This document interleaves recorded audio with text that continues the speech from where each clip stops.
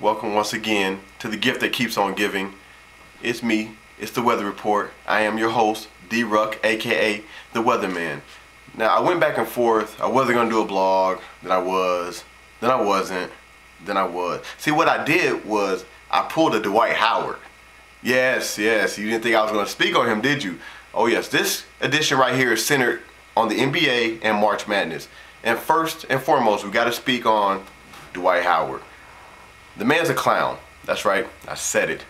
No advice in the world could have made him pull this stunt, okay? First you're staying, then you're going, then you're staying, then you're going. All right, you know, I'm just gonna stay. However, let's look at the big picture, okay? He's only signed through next season, which means that we're gonna go through this entire circus once again next year around the same time. I think he's a clown. I lost some respect for the man. I'm sure a lot of other folks have as well. I'm glad the story is over. He's staying, whatever. Let's see what happens next year. If he signs an extension in the off season, then I'll be happy for Orlando. If not, let's talk about this next year, 365 days from now. Now, the NBA trade deadline has just passed. Let's go through and examine some of the winners and the losers, in my opinion. First winner, Los Angeles Lakers. I told you guys at the beginning of the season that the team the Lakers started with was not going to be the same team that they ended with. And it turns out that I'm going to be right on that. I think they're a winner because they upgraded their point guard position, which was their big black hole. No offense to Derek Fisher, but he wasn't going to get the job done in the playoffs. They got Ramon Sessions, great pickup. I think he'll stabilize that position. And the only two things they really gave up was Derek Fisher and Luke Walton. And I don't ever recall seeing Luke Walton in a Lakers game for the last like 3 or 4 years. So to me, they didn't lose anything, upgraded the position, win for them. Another winner, the San Antonio Spurs. They pick up a player in Steven Jackson who knows that system, very comfortable in it, knows Greg Popovich. Popovich knows him, won't put up with his mess.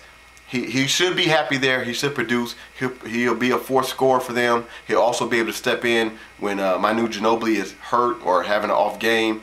Teaming him with Tony Parker and Tim Duncan, great move by the Spurs. They also get rid of a player who was never truly comfortable in that system in Richard Jefferson. Gives him a chance to move on, maybe reestablish himself as a star in the league. Win-win for the Spurs. Another winner, Orlando. They kept Dwight Howard. Yeah, he's a clown, an immature clown at that. However, he's an immature clown that averages 21 points, 15 rebounds, and 2 blocks a game. I'll take an immature clown like that on my team when I'm trying to win a championship. Just leave the off-the-court stuff alone. Win for the Orlando Magic. Also, a winner, Milwaukee Bucks. My surprise team in the East at the beginning of the season to make the playoffs. I love the pickup of Monte Ellis. I love his game. It remains to be seen how he meshes with Brandon Jennings and the defense that Scott Skiles demands from his team, because Monte Ellis is known not to play great defense. However, if they can make that work, that is a great pickup for them, and I think that catapults them into the 8th slot in the playoffs in the East ahead of the New York Knicks, who we will get to later. All right, love the pickup, win for the Bucks. Another winner, the Los Angeles Clippers. I love the pickup of Nick Young.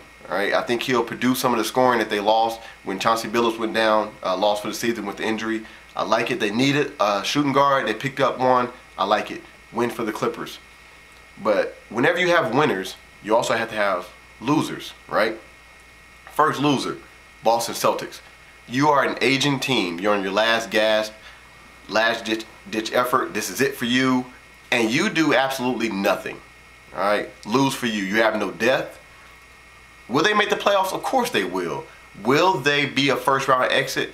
Of course they will. Loss for the Boston Celtics. My other loser. It's going to come as a surprise because they didn't do anything during the trade deadline, but the Phoenix Suns, they're my loser, and I'll tell you why. Steve Nash is a free agent at the end of this season. You're not going to win the championship this year. You're probably not even going to make the playoffs. You're not going to win anything. Steve Nash might leave. Get something for him in return. Get younger.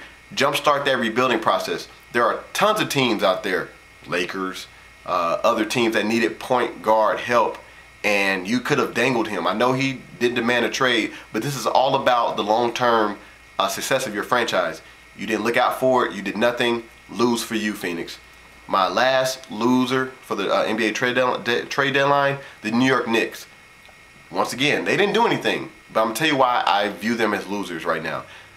Their coach resigned. D'Antoni, listen to me.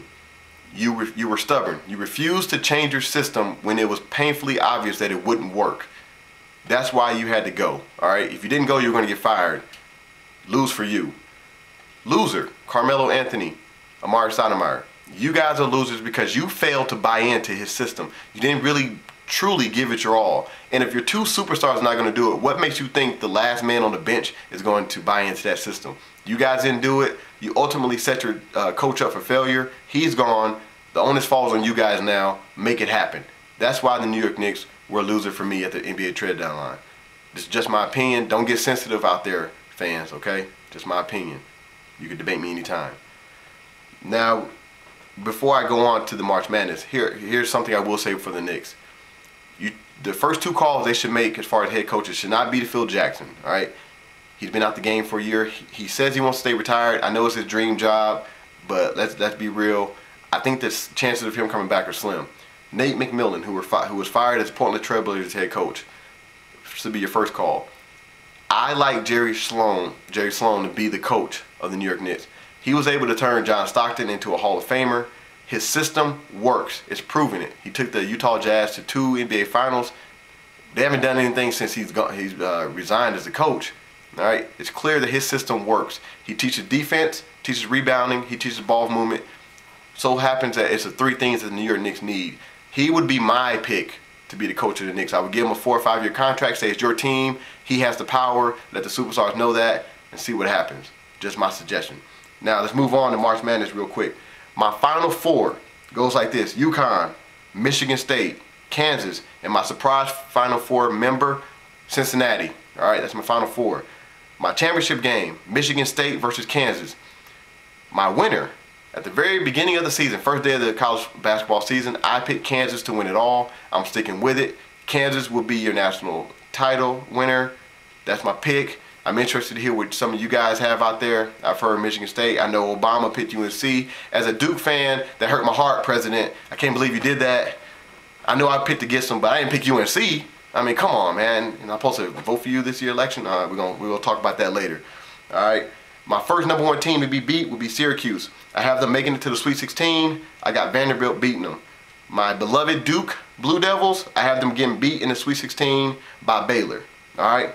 That's my forecast for this evening. Thank you for tuning in. I'll see you next time. Enjoy March Madness. It's the best time of the year, and I'm out.